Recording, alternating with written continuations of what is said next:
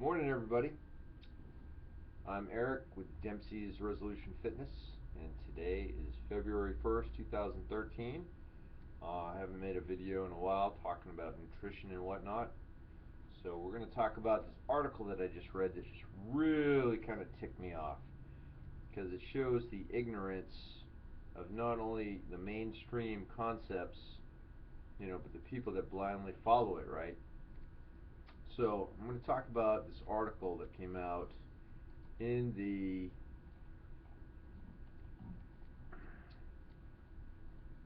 Health on Today, right? Todayhealth.today.com.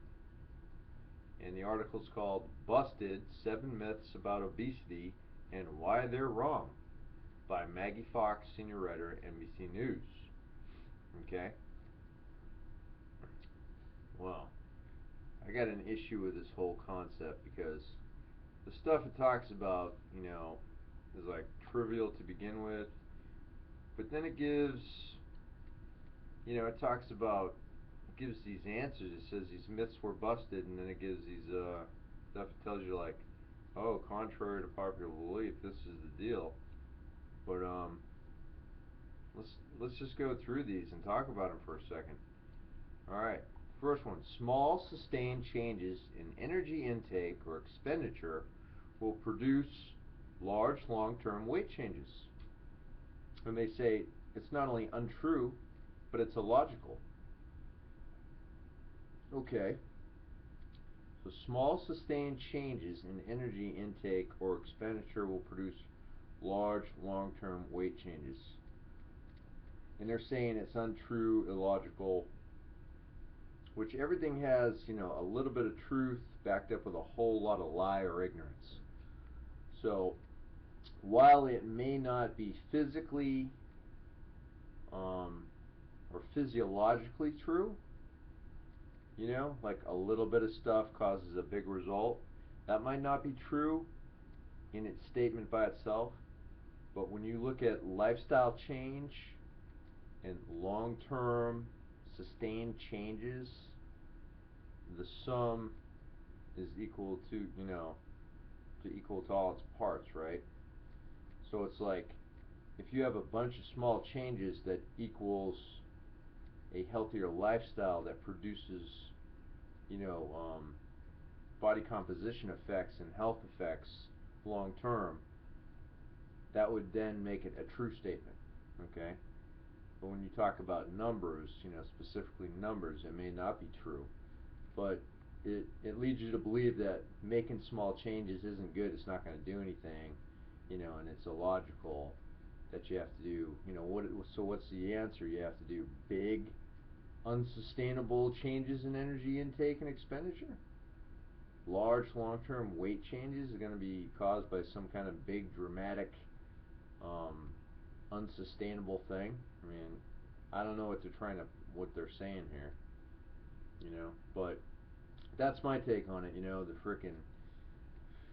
They're saying a statement that may be true by itself, but they're not telling you like what you really need to hear. I mean, to me, small sustained changes in energy intake or expenditure, as opposed to what, nothing or large unsustainable changes in energy intake or expenditure.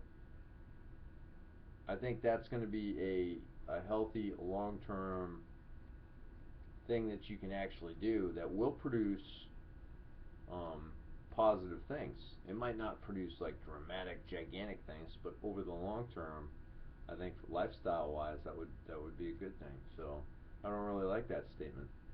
Setting realistic goals for weight loss is important because otherwise patients will become frustrated and lose less weight. Okay, these so-called realistic goals may be actually too modest, the researchers say. So once again, they're telling you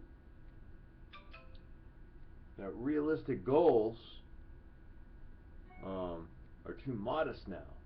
That we should have bigger, we should strive bigger. Like The Biggest Loser. Let's see if we can lose 50 pounds in a week. I mean, what are you trying to teach people here? What message are you trying to sell them? Setting realistic goals may be too modest. wow, you know? I mean, I can understand if you say, well, I want to lose 1 pound in 6 months or something. But I mean, like, what are you trying to tell people here? Shoot for bigger, more dramatic numbers, which is, totally unhealthy. I don't know. I think realistic goal setting is very important, and too modest. Well, too modest is going to allow you to actually achieve your goal, and you'll probably continue on longer than someone who sets the 50 pounds in 10-minute rule and then fails and then drops off the wagon and dies by overdosing on frickin' the last remnants of Twinkies in the county. I don't know, I'm just saying. Large, rapid weight loss is associated with poorer long-term weight loss outcomes as compared with slow, gradual weight loss. Okay, that makes a lot of sense when you think about it, right? But they're saying, in fact, some people can successfully lose a lot of weight very quickly. The researcher said. You see where this thing is going? They're talking about your realistic goals are too modest. Crank them up. You can lose a lot of weight really fast, and it's okay. I'm calling BS all the way down the line, right? So I don't agree with that concept either. Um, it is important to assess the stage of change or diet readiness in order to help patients who request weight loss treatment. Researchers note that studies show people who sign up for weight loss programs may say they are ready, but often actually lose little weight. All right, I can buy that statement right there because that's true. That has nothing to do with any kind of physical thing. That's just simply a psychological aspect of it. You want to lose weight, but you're not going to do what's required, so nothing's going to happen. That happens all the time. I mean, I see that daily. Okay, next one. Physical education classes in their current form play an important role in reducing or preventing childhood obesity. Okay. Researchers say most PE classes do little actually to get kids moving much. Okay. You know, I can buy that. The PE classes of today are pathetic. You know, when you talk about PE classes of 30, 40, 50, 60 years ago, that's a different story. I went to PE and I did weight training. I did wrestling. I did track and field, gymnastics. There was a lot of good stuff and sports. Towards the end, there was a lot of sports towards the end. The President's Physical Fitness Award stuff. We did that every year. Um, I mean, I wish I knew more about it back then when I was little.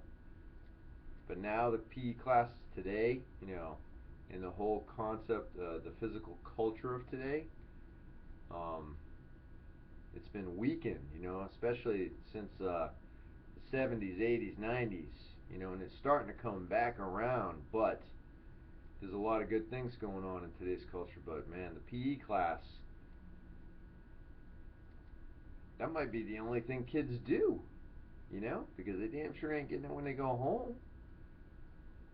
Busting out the Xbox and stuff. So I think, a PE class of any sort is better than none. Got to get the kids doing something. Physical culture has to be ingrained in kids' lives from an early age. It must, or society will, become even weaker. So, I mean, okay, so PE, they're saying PE doesn't do anything anyway. I say BS on that. Got to have PE classes. And they should be better and more PE. Oh, and then they're saying breastfeeding is protective against obesity. Studies have shown, in fact, there's little correlation. Okay. I mean, long-term effects. I mean, if you were breastfeeding when you were a baby, and then as you grow older, you stop breastfeeding, obviously, and then you start eating crap and get fat. Yeah, there's not going to be any correlation. A bout of sexual activity. Oh, here we go. A bout of sexual activity burns 1 to 300 calories for each participant. I guess that's based on, how good your sex was, right? Um, and then it's saying that this, the research said that, it's more like 14 calories. Like, damn, 14 instead of 300? 300 might be high, but I don't know about you, man, but what kind of sex are you having if you're only burning 14 calories? The researchers say maybe their sex is 14 calories. Jeez, that sounds like a pretty boring event. So anyway, they're saying all this stuff isn't true, and those are all the answers that they gave. But the whole concept is they didn't tell any of the right answers. They didn't ask any of the right questions. All that stuff, like who gives a damn? That's not the problem, and those aren't the answers. Who gives a damn how many calories you burn having sex? You know, is that going to make you have more or less sex? I mean, come on, right? If you're going to think about stuff like that, oh, let's just have sex. If you're out of shape, you probably ain't having great sex anyway, even if you did burn 300 calories. So what's the relevance of it all? They're just talking about erroneous crap, which is what everybody does. Walks around talking about erroneous crap that has nothing to do with nothing. So what's the question? If you're obese, are you too fat, or do you weigh too much on the scale? Or is it all the same? Because weight loss, your body weight, equals how fat you are, right? Not once does anyone mention body composition. Body composition. Body fat? Do you ever hear about body fat being mentioned? Other than I love the ridiculous statements that, like, people say, I lost 21 pounds of body fat. Really? Do you got any kind of body fat assessment device? I mean, do you even have a concept of what that means when you say that? And do you know how hard it is to lose X number of pounds of pure body fat? I mean, people just are freaking clueless. And it's not really their fault. It's society's fault. It's the government's fault. It's everybody's fault. Because we have become our own, producers of ignorance. Everybody's making money off the ignorance of the masses. Well, I try to set people straight. I try to tell you what's going to make you healthy and fit. Because I'm not making any money off it. So I'm not supporting any GMO agenda, FDA agenda, or any of these other crackhead freaking weight loss things. Alright? If you are trying to lose weight and it's not coming from body fat, then you're in a hurt locker, because if it's not coming from fat, it's coming from lean body mass. It's your only options. Those are the only two things in your body. Alright? But you, as the layman on the street with no way to assess that, only get on a scale, you don't have a clue. Alright? And you need to get one. You need to find a way to track your body fat and your weight and your measurements and look at all the data. You gotta have analytical data, and you gotta look at all the facts. You don't have to count calories. Really? Well, guess what? You better learn the difference between anabolic and catabolic. Alright? Stuff like that. It's important.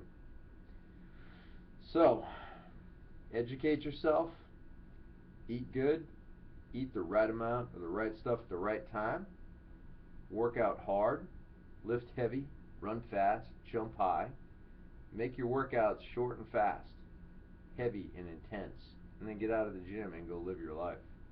And other than that, I'm going to drink some coffee. I got my watch cap on because it's cold, not because I'm kind of, trying to have some new style or some shit. Alright. Train hard, eat right, and live a healthy lifestyle. That's it in a nutshell. This is Eric with Dempsey's Resolution Fitness, and I'll bring more for you later. Take care.